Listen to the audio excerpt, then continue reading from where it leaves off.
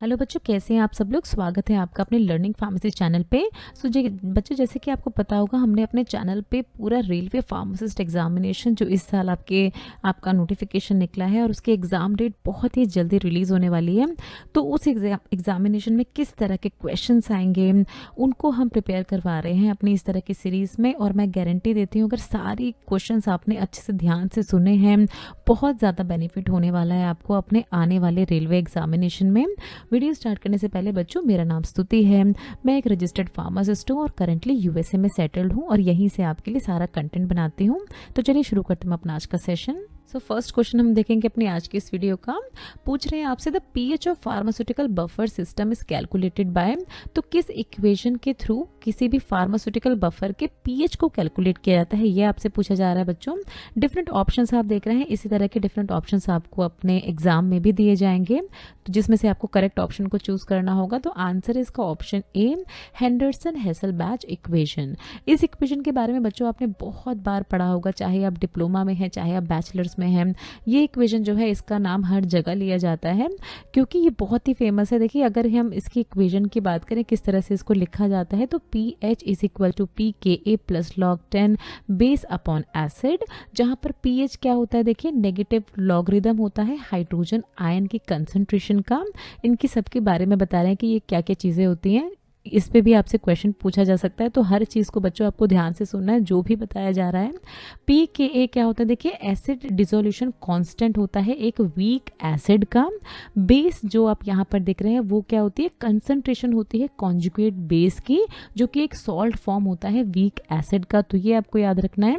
N upon में acid आप देख रहे हैं, तो एसिड में क्या है, कंसंट्रेशन ऑफ वीक एसिड। तो ये इसकी पूरी ही फुल फॉर्म है, इनके सारे ही जो छोटे छोटे शॉर्ट फॉर्म में इन्होंने बताए हैं। अब देखिए, ये इक्वेशन जो है बहुत ज़्यादा इस्तेमाल की जाती है जो भी बफर सॉल्यूशंस होती हैं उनके पीएच कैलकुलेट करने के लिए। बफर सॉल्यूशन क्या होते हैं, ऐसे सॉल्यूशन होते हैं जो मिक्सचर होते हैं वीक एसिड और उनके कॉन्जुगेट बेस का, या वीक बेस और उनके कॉन्जुगेट एसिड का। बिल्कुल भी घबराने की बात नहीं है। देखिए, नेक्स्ट स्लाइड पे हम आपको अच्छे से एक्सप्लेन करते हैं क्या होते हैं वीक एसिड और उनके कॉन्जुगेट बेस, और थोड़ा सा और एक्सप्लेन करते हैं आपको बफर के बारे में। ओके, देखिए बच्चों, सबसे पहले आपको पता होना चाहिए बफर्स क्या होते हैं। बहुत ही सिंपल भाषा में बफर्स एक ऐसे सॉल्यूशंस होते हैं जिनको जो हमारी फार्मास्यूटिकल प्रिपरेशंस हैं उनमें ऐड किया जाता है। जैसे हमारे जितने भी सॉल्यूशंस होते हैं उनमें, आई की प्रिपरेशन में, और जो हमारी क्रीम्स या ऑइंटमेंट होती है, तो इन तरह के बफर्स को ऐड किया जाता है ताकि इनकी पीएच चेंज ना हो। पीएच को मेंटेन करके रखना बहुत ही इंपॉर्टेंट होता है, क्योंकि अगर पीएच चेंज हो गई किसी भी प्रिपरेशन की तो पूरी ही प्रिपरेशन ख़राब हो सकती है, यूज़ करने लायक नहीं रहती है। तो इसीलिए इन तरह के पीएच बफर सॉल्यूशंस का इस्तेमाल किया जाता है। जहाँ पर हम एक एग्जांपल देख रहे हैं, acetic acid and sodium acetate buffer. अब ये देखिए, acetic acid and sodium acetate buffer में ये एक बफर सॉल्यूशन का एग्जाम्पल है, आप देख रहे हैं। ये मिक्सचर है, देखिए वीक एसिड और कॉन्जुगेट बेस का। जैसे कि अभी हम देख रहे थे, बफर क्या होते हैं, मिक्सचर होते हैं वीक एसिड और कॉन्जुगेट बेस के, या वीक बेस और उनके कॉन्जुगेट एसिड के। अब ये वीक बेस और कॉन्जुगेट एसिड इस तरह से क्या होती है ये चीज़, तो हम देखेंगे acetic acid and sodium acetate का एग्जांपल। इनका फॉर्मूला देखिए, एसिटिक एसिड का फॉर्मूला होता है CH3COOH, जबकि देखिए सोडियम एसीटेट का फॉर्मूला होता है CH3COONA। यहाँ पर H की जगह आप देख रहे हैं सोडियम यानी Na लग गया है, और इसका सॉल्यूशन जो है देखिए इन दोनों का ही मिक्सचर बनाया जाता है, एसिटिक एसिड सोडियम एसीटेट का, और उस मिक्सचर को यूज़ किया जाता है as a buffer different pharmaceutical preparations में ऐड करने के लिए। तो ये हमने आपको एक एग्जांपल के तौर पे समझाया कि क्या होते हैं weak acid and conjugate base और किस तरह से इसको इस्तेमाल किया जाता है as a buffer. Next question में पूछ रहे हैं आपसे, देखिए which of the following is an amphoteric surfactant. तो डिफरेंट ऑप्शन है बच्चों, आंसर है इसका ऑप्शन डी, लेसिथिन। सबसे पहले हम देख लेते हैं एम्फोटेरिक का क्या मतलब होता है। तो देखिए, लेसिथिन एक तरह का एम्फोटेरिक सरफेक्टेंट है, मतलब इसमें देखिए हर तरह की प्रॉपर्टीज में पाई जाती है, चाहे वो हाइड्रोफिलिक प्रॉपर्टी हो चाहे वो लाइपोफिलिक प्रॉपर्टी हो। हाइड्रोफिलिक प्रॉपर्टी मतलब water loving and lipophilic property मतलब ऑयल लविंग। तो दोनों ही तरह की प्रॉपर्टीज पाई जाती जाती हैं लेसिथिन में। तो अब ये क्वेश्चन आता है कि इस तरह इसका बेनिफिट क्या हुआ अगर ये एम्फोटेरिक है। तो इसका बेनिफिट ये है बच्चों कि किसी भी तरह का सॉल्यूशन हो, उसकी कोई भी पीएच हो, एसिडिक सॉल्यूशन हो, बेसिक सॉल्यूशन हो, किसी भी तरह की उसकी पीएच हो, उसमें इन तरह के सर्फेक्टेंट्स का इस्तेमाल किया जा सकता है, क्योंकि इसमें दोनों ही तरह के आप देख रहे हैं हाइड्रोफिलिक लाइपोफिलिक दोनों ही तरह की प्रॉपर्टी हैं। तो ये एक्ट कर सकता है इधर एज एन एनायनिक सर्फेक्टेंट यानी नेगेटिवली चार्ज सर्फेक्टेंट, या ये एक्ट कर सकता है एज एन कैटाइनिक सर्फेक्टेंट मतलब पॉजिटिवली चार्ज। तो दोनों ही तरह की चीज़ें इनमें होती हैं और इसीलिए बहुत ज़्यादा प्रेफर किया जाता है इन तरह के एम्फोटेरिक सर्फेक्टेंट को फार्मास्यूटिकल फॉर्मुलेशन की प्रिपरेशन के दौरान। नेक्स्ट क्वेश्चन में पूछना, देखिए benzoyl peroxide is used as, तो किस रीजन की वजह से इस्तेमाल किया जाता है बेंजोइल पेरोक्साइड को। डिफरेंट ऑप्शन है बच्चों दिए हुए आपको, आंसर है इसका ऑप्शन बी केरेटोलाइटिक यानी ट्रीटमेंट ऑफ एक्ने के लिए इस्तेमाल किया जाता है बेंजोइल पेरोक्साइड को। अब देखिए एक्ने की ट्रीटमेंट से पहले हम जान लें कि रीज़न क्या होता है, जो भी एक्नेज होते हैं या वाइट हेड ब्लैक हेड होते हैं उनके होने का रीज़न क्या होता है। अब यहाँ पर देखिए ये हमारे हेयर फॉलिकल्स होते हैं, ये आप हमारी स्किन को देख रहे हैं। यहाँ पर होती है सीबेशियस ग्लैंड जहाँ से कंटिन्यू ऑयल सेक्रेट होता रहता है। जो ऑयली स्किन होती है जिनकी, वहाँ पर बहुत ज़्यादा ऑयल सेक्रेट करते हैं सीबेशियस ग्लैंड, और नॉर्मल स्किन के लोगों में भी इस तरह के सीबेशियस ग्लैंड से ऑयल सेक्रेट होता है, स्किन पे आता है और सब कुछ क्लियर रहता है। बट देखिए बहुत बार ऐसा होता है कि स्किन पे किसी तरह का स्किन जो है अफेक्ट हो गई है किसी बैक्टीरिया की वजह से, या डेड स्किन सेल्स स्किन के अराउंड इकट्ठा होने लगी है। इस पे क्या होता है, ये जो स्किन के पोर्स होते हैं ये ब्लॉक हो जाते हैं इन तरह के बैक्टीरिया से या इन तरह की डेड स्किन से। अब देखिए अगर ये पोर्स ब्लॉक हो गए हैं तो बट ऑयल सेक्रेट होना तो ख़त्म नहीं हुआ है, ऑयल तो कंटिन्यूसली सेक्रेट हुए जा रहा है बट उसको बाहर निकलने का मौका नहीं मिल रहा है। तो इस तरह से थोड़े दिन बाद जाके क्या होती है, इस तरह से इन्फ्लामेशन हो जाती है, जहाँ जो हमारी ही बॉडी की वाइट ब्लड सेल्स होती हैं वो अटैक करने लगती हैं इस तरह का जो भी बैक्टीरिया जिसने अफेक्ट किया हमारी स्किन को, और फिर ये पूरे जो स्किन के पोर्स हैं इनमें इस तरह से पस फिल हो जाता है, जो मवाद है वो भर जाती है और फाइनली एक्ने हो जाता है। तो इस तरह के केराटोलाइटिक एजेंट्स को क्रीम या ऑइंटमेंट के फॉर्म में दिया जाता है ताकि जो केराटिन है, जो स्किन पे केराटिन प्रेजेंट है, जो मेन प्रोटीन प्रेजेंट है स्किन पे, उसको ये ब्रेक डाउन कर पाए और इन पोर्स को ये अनलॉक कर पाए। यहाँ पर आप देख रहे हैं जब केराटिन को ये ब्रेक डाउन करते हैं तो अनक्लॉग कर देते हैं पोर्स को, ताकि अब ये जो ऑयल यहाँ इकट्ठा हुए जा रहा था जिसकी वजह से सारे पोर्स ब्लॉक हो रहे थे, अब ये ऑयल जो है आराम से रिलीज हो पाए, पोर्स आराम से खुल पाए और इस तरह की कंडीशन जैसे acne, black heads and white heads जैसी कंडीशन में आराम मिल पाए पर्सन को। नेक्स्ट पूछ रहे हैं, देखिए water for injection differ from sterilise distil water because it is free from. तो वाटर फॉर इंजेक्शन इनमें से किससे फ्री होता है, आंसर देख लेते हैं बच्चों। पहले आंसर इसका ऑप्शन ए पायरोजन। अब देखिए वाटर फॉर इंजेक्शन की अगर हम बात करें तो उसमें बिल्कुल भी पायरोजन प्रेजेंट नहीं होता है। पायरोजन क्या होते हैं, ऐसे एजेंट्स होते हैं जो अगर हमारी बॉडी में एंटर कर जाएं तो हमारी बॉडी का टेम्परेचर बढ़ा सकते हैं, और जैसे कि हम सभी को पता है वाटर फॉर इंजेक्शन का बहुत ज़्यादा इस्तेमाल किया जाता है। जो भी इंजेक्टेबल प्रिपरेशंस बनाई जाती हैं जो डायरेक्टली हमारी बॉडी के हमारे ब्लड वेसल्स में एंटर करती हैं इंजेक्शंस, तो उन तरह के प्रिपरेशंस को बनाने के लिए वाटर फॉर इंजेक्शन का इस्तेमाल किया जाता है और बहुत ज़्यादा highest level of purity and safety maintain की जाती है इन तरह के वाटर फॉर इंजेक्शंस में। वहीं अगर हम बात करें स्टेरलाइज डिस्टिल वाटर की, तो देखिए इनको भी अच्छे से प्रिपेयर किया जाता है बट इनमें पायरोजन होने की संभावना होती है। स्टेरलाइज डिस्टिल वाटर का इस्तेमाल किया जाता है जो भी हमारी लेबोरेटरी टेस्टिंग और क्लीनिंग जितनी भी की जाती है लैब्स में, तो वो उसको किया जाता है स्टेरलाइज डिस्टिल वाटर से, जिसमें ऐसी संभावना है कि पायरोजन हो सकते हैं। पूछना देखिए which of the following is not a tablet hardness tester. तो टैबलेट हार्डनेस टेस्टर का एग्जाम्पल कौन सा नहीं है बच्चों, आंसर देख लेते हैं। आंसर इसका ऑप्शन ए रोटोसॉर्ट किसी भी तरह का टैबलेट हार्डनेस टेस्टर नहीं है। बाकी जितने भी आप ऑप्शन देख रहे हैं, doctor Schleuniger, Pharmatron hardness tester, Eureka and Monsanto hardness tester, ये तीनों ही हार्डनेस टेस्टर हैं जिनका बहुत ज़्यादा इस्तेमाल किया जाता है फार्मास्यूटिकल इंडस्ट्रीज़ में।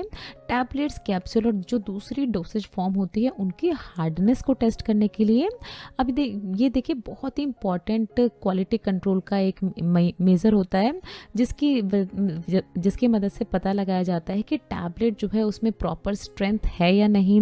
अगर मान लीजिए टैबलेट जो है वो ज़मीन पे गिर जाए तो वो एकदम से तो नहीं टूट जाएगी, वो क्योंकि देखिए जैसे कि आप जानते हैं जब भी टैबलेट बनाते हैं तो टैबलेट बनने से लेके कंज्यूमर तक पहुंचने के बीच में काफ़ी सारे स्टेप्स होते हैं। उनको पैक किया जाता है, उनको ट्रांसपोर्ट किया जाता है, तो प्रॉपर हार्डनेस उनकी मेंटेन रहे, इसी वजह से इस तरह का हार्डनेस टेस्ट किया जाता है टैबलेट्स पे। पूछ रहे देखिए मॉटलिंग का क्या मतलब होता है आपसे पूछा जा रहा है बच्चों। तो आंसर पहले हम देख लेते हैं। आंसर है इसका option B, unequal distribution of colour on tablet. तो देखिए टैबलेट मैन्युफैक्चरिंग के दौरान बहुत बार ऐसा होता है कि जो कलरिंग एजेंट जो इस्तेमाल किया गया है टैबलेट को एक अच्छा सा कलर देने के लिए, वो कलरिंग एजेंट अच्छे से स्प्रेड नहीं हुआ है टैबलेट्स पे, सबको उसने अच्छे से कोट नहीं किया है एक तरह से, और कुछ टैबलेट्स पे इस तरह के पैचेस आ गए हैं इस अनइक्वल डिस्ट्रीब्यूशन की वजह से। तो इन तरह के पैचेस को, जहाँ कलर जो है वो इक्वली डिस्ट्रीब्यूट नहीं हुआ है, इस कंडीशन को कहा जाता है मोटलिंग। देखिए नेक्स्ट क्वेश्चन में आपसे पूछ रहे हैं कि शुगर कोटिंग टैबलेट के दौरान जब टैबलेट्स को शुगर कोट किया जाता है तो सब कोटिंग स्टेप में इसमें से किस एजेंट का इस्तेमाल किया जाता है। सबसे पहले ऑप्शंस देखिए डिफरेंट दिए गए हैं। आंसर है इसका option D, gum arabic as acacia and gelatin. तो इनका इस्तेमाल किया जाता है सब कोटिंग स्टेप में जब शुगर कोटिंग की जाती है किसी भी टैबलेट की। और देखिए और क्या क्या एजेंट्स इस्तेमाल किए जाते हैं वो भी आपको पता होना चाहिए। तो देखिए गम अरेबिक जो हमने देखा, अकेशिया एंड जिलेटिन, बाकी देखिए starch, gelatin, pectin and corn starch. तो इन सभी का नाम बच्चों आपको पता होना चाहिए।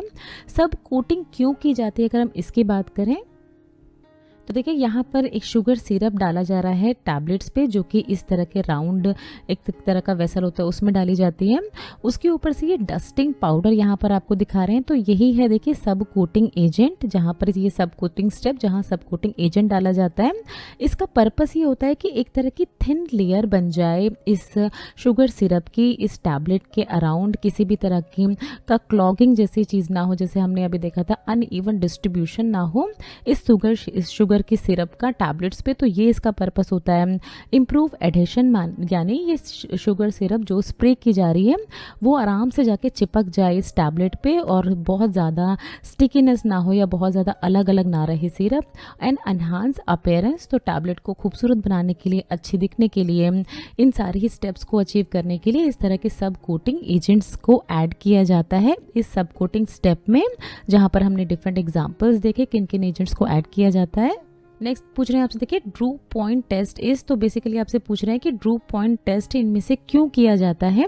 डिफरेंट ऑप्शन है बच्चों। आंसर है इसका option A, temperature at which lipsticks comes out. तो लिपस्टिक के टेम्परेचर को पता लगाने के लिए ड्रू पॉइंट टेस्ट किया जाता है।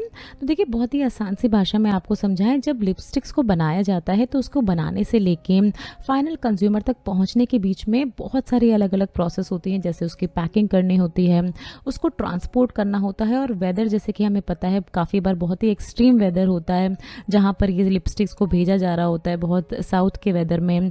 तो इन तरह की चीज़ों में देखिए लिपस्टिक फाइनल कंज्यूमर तक पहुँचने से पहले ही मेल्ट ना हो जाए, यहाँ पर आप देख रहे हैं डिफॉर्म या सॉफ्ट ना हो जाए, जिसे ड्रूप कहा जाता है। तो यहाँ इसीलिए कॉस्मेटिक इंडस्ट्री में बहुत ज़्यादा यूज़ किया जाता है, बहुत ज़्यादा कैरी आउट किया जाता है इस तरह का ड्रूप पॉइंट टेस्ट। तो जो भी मैन्युफैक्चरर जो भी ये बनाते हैं लिपस्टिक्स को, मैन्युफैक्चरिंग कंपनी, वो ये मेक श्योर करती हैं कि लिपस्टिक अपनी प्रॉपर शेप में रहे और प्रॉपर स्ट्रक्चर में रहे जब तक कि वो फाइनल कंज्यूमर तक नहीं पहुंच जाती है। उसके बाद भी उनके यूजेज के दौरान जब उसको कोई कस्टमर यूज़ भी कर रहा है तो उसके दौरान भी वो मेल्ट नहीं होनी चाहिए, सॉफ्ट नहीं होनी चाहिए अपने पूरे ही लाइफ पीरियड के दौरान। तो इसीलिए किया जाता है ड्रूप पॉइंट टेस्ट। नेक्स्ट पूछ रहे हैं आपसे देखिए which of the following is used as an conditioning agent in shampoos. Shampoos में एज एन कंडीशनिंग एजेंट इनमें से किस चीज़ को ऐड किया जाता है। डिफरेंट ऑप्शन है बच्चों। आंसर है इसका ऑप्शन बी, ग्लिसरीन। तो देखिए आजकल बहुत सारे ऐसे शैम्पूज आ रहे हैं जहाँ पर कंडीशनिंग एजेंट्स को ऐड कर दिया जा रहा है शैम्पू में, ताकि शैम्पू के बाद जब जो भी कंज्यूमर है उसके बालों में फ्रीजीनेस ना हो, बाल बहुत ही सुलझे हुए रहें और मैनेजेबिलिटी एंड सॉफ्ट रहें बाल। तो आप देखिए अलग से कंडीशनर्स भी बहुत सारे ये लोग यूज़ करते हैं, बट ये वाला कंसेप्ट आजकल बहुत ज़्यादा आ रहा है मार्केट में। तो एज एन कंडीशनिंग एजेंट बहुत सारी अलग अलग चीज़ों का इस्तेमाल किया जाता है, जैसे coconut butter, shea butter, keratin amino acid, hydrolyse protein जैसे keratin and whey and soy, glycerine जो कि हमने अपने ऑप्शन में देखा, हनी और कुछ ऑयल जैसे jojoba oil, sweet almond oil and olive oil. तो इनका सारा ही जो है ये आपको याद रखना है, बहुत ज़्यादा इस्तेमाल किए जाते हैं शैम्पू इंडस्ट्री में। लास्ट क्वेश्चन पूछ रहे हैं आपसे, देखिए इनमें से किस को एज अ प्रिजर्वेटिव यूज़ किया जाता है ऑप्थेल्मिक प्रिपरेशंस को बनाने के दौरान। डिफरेंट ऑप्शन है बच्चों, आंसर है इसका ऑप्शन डी, बेंजालकोनियम क्लोराइड। तो देखिए जहाँ भी ऑप्थेल्मिक प्रिपरेशंस की बात होती है, जैसे आई ऑइंटमेंट, आई सॉल्यूशन या जो हमारे कॉन्टैक्ट लेंस की प्रिपरेशंस होती है, उनमें बेंजालकोनियम क्लोराइड यानी BAK को बहुत ज़्यादा इस्तेमाल किया जाता है। क्या किस तरह से काम करता है ये?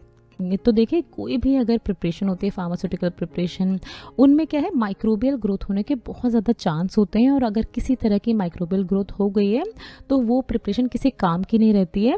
तो इसी तरह के अगर माइक्रोब्स जैसे बैक्टीरिया, वायरस या फंगस अगर प्रिपरेशन में एंटर कर गए हैं तो बेंजालकोनियम क्लोराइड क्या करते हैं, इन माइक्रोब्स की सेल मेम्ब्रेन को डिस्टर्ब कर देते हैं, मतलब इनको डिस्ट्रॉय कर देते हैं, और वहाँ सेल डेथ हो जाती है, बैक्टीरियल सेल डेथ हो जाती है। तो दैट्स वाई इनको एज अ प्रिजर्वेटिव यूज़ किया जाता है ऑप्थेल्मिक प्रिपरेशंस में। थैंक्स फॉर वॉचिंग बच्चों। नेक्स्ट वीडियो में कुछ इसी तरह के बहुत ही इंपॉर्टेंट क्वेश्चंस आपसे डिस्कस करेंगे, जो कि बहुत ज़्यादा बेनिफिट करने वाले हैं आपको अपने आने वाले रेलवे फार्मासिस्ट एग्जामिनेशन में। तो वीडियो अच्छी लगी हो तो लाइक ज़रूर कर दें, चैनल पे पहली बार आए हैं तो सब्सक्राइब ज़रूर करें।